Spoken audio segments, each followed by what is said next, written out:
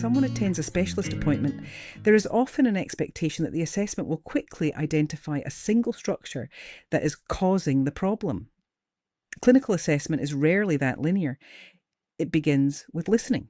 Someone may describe a discomfort that has been present for months. Perhaps a sharp sensation under the heel with the first few steps in the morning, easing slightly as the day continues. They may explain that some days feel manageable, while others feel unexpectedly aggravated.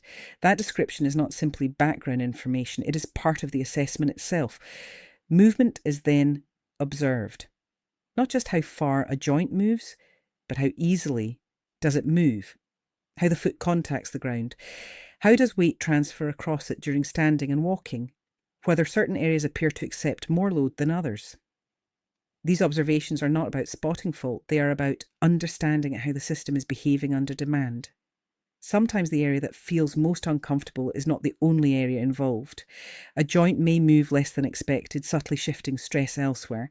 A tendon may appear structurally intact, yet respond sensitively to repeated loading. The assessment considers both structure and behaviour.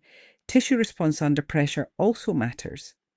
A light touch in one area may reproduce familiar discomfort, while firmer pressure elsewhere produces very little reaction. This difference between structural appearance and irritability shapes interpretation.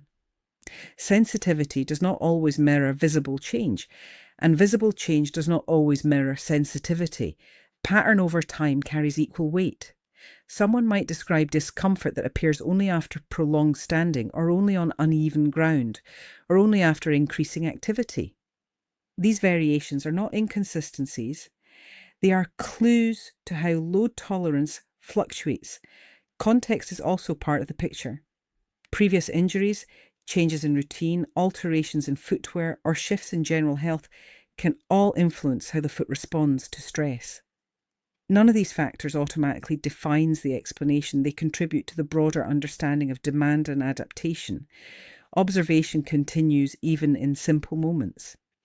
How does weight shift while standing during conversation? Whether balance subtly favours one side. How the first steps into the room differ from later steps. These are often quiet adaptations, ways the body has adjusted over time. An assessment also considers what is not happening. There may be no signs of instability, no indication of nerve involvement, no features suggesting a wider systemic process. Excluding certain possibilities narrows the field of interpretation. Imaging can provide additional information when appropriate, but it does not stand alone. Structural variations are common, including in people who feel entirely comfortable. A visible change on a scan does not automatically explain a lived experience of discomfort. The clinical assessment provides the framework for interpreting any investigation. What the process seeks is coherence. Do the history, the movement findings, the tissue responses, and the broader context align in a way that makes sense together?